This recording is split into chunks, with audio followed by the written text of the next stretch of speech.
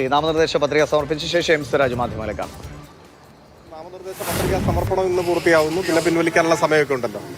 അത്തരം കാര്യങ്ങളെ സംബന്ധിച്ച് സത്യത്തിൽ ഞങ്ങൾ അങ്ങനെ ഉത്കണ്ഠപ്പെടുന്നതേയില്ല. ജനാധിപത്യം ശക്തിപ്പെടുക കൂടുതൽ പേരും മത്സരിക്കുമ്പോഴാണ്. അപ്പോൾ മത്സരിക്കാനുള്ള അവകാശം എല്ലാവർക്കും ഉണ്ട്.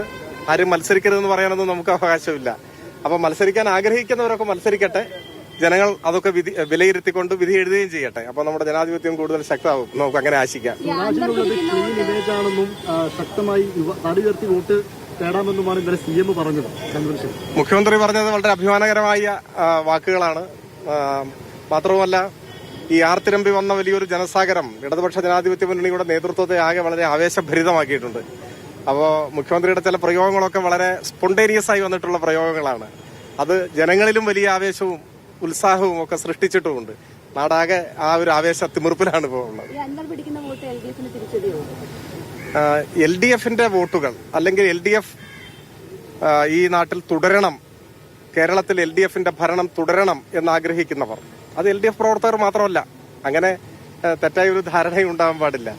ഇപ്പോ കേരളത്തിന്റെ ഒരു പ്രത്യേകത, കക്ഷി രാഷ്ട്രീയ ചിന്തകൾക്ക് അതീതമായി പതാകകളുടെ നിറഭേദങ്ങൾക്കപ്പുറത്ത് പൊതുവായി നന്മയുള്ള നിലപാടുകൾ വരുമ്പോൾ അതിനെ പിന്തുണയ്ക്കുന്ന ജനങ്ങൾ കൂടി വരുന്നുണ്ട്. അവരുടെ എണ്ണം കൂടി വരുന്നുണ്ട്. ഇപ്പൊ ഞാനൊരു ഉദാഹരണം പറയാം. കേരളത്തിൽ ഇപ്പോൾ പവർ കട്ടില്ല. അത് ഇടതുപക്ഷ മുന്നണിയുടെ ഗവൺമെന്റിന്റെ ഭരണ നേട്ടമാണ്.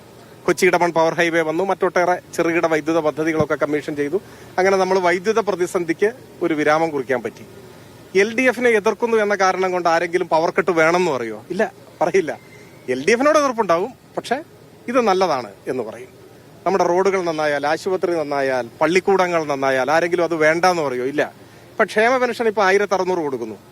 മുമ്പ് UDFന്റെ കാലത്ത് അത് നിന്നുപോയിരുന്നു. ഇപ്പൊ UDF ആണ് എന്നുകൊണ്ട് ആരെങ്കിലും പറയോ ഇത് നിന്നു പോകണം എന്ന് പറയോ? പറയില്ലല്ലോ. അതാണ് ഞാൻ പറഞ്ഞത്, നാടിന്റെ വികസനത്തിന്, ജനങ്ങളുടെ ക്ഷേമത്തിന് ഉതകുന്ന നടപടികൾ ആര് സ്വീകരിച്ചാലും അത് നല്ലതാണ് എന്ന് പറയുന്ന ഒരു ജനം നമ്മുടെ നാട്ടിലുണ്ട്. അപ്പൊ അവരുടെ പിന്തുണ LDFനുണ്ടാവും. അത് LDFന്റെ വിജയത്തിന് കൂടുതൽ തിളക്കമേറ്റും. അതുകൊണ്ട് തന്നെ ഞങ്ങളുടെ വിജയപ്രതീക്ഷയ്ക്ക് ഒരു സ്ഥാനാർത്ഥിയും തടസ്സമല്ല.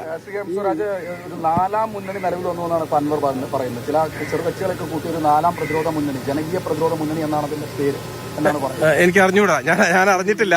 ഇപ്പൊ എന്തെങ്കിലും സംഭവിച്ചായിരിക്കും, ഞാൻ എന്ത് പറയാനാണ്, എനിക്ക് അറിഞ്ഞൂടാ. അൻവറിനെ കൂടെ കൂട്ടുന്ന സംഭവത്തിൽ UDFനകത്ത് വലിയ ആശയക്കുഴപ്പമുണ്ടായെന്ന് തോന്നുന്നുണ്ടോ?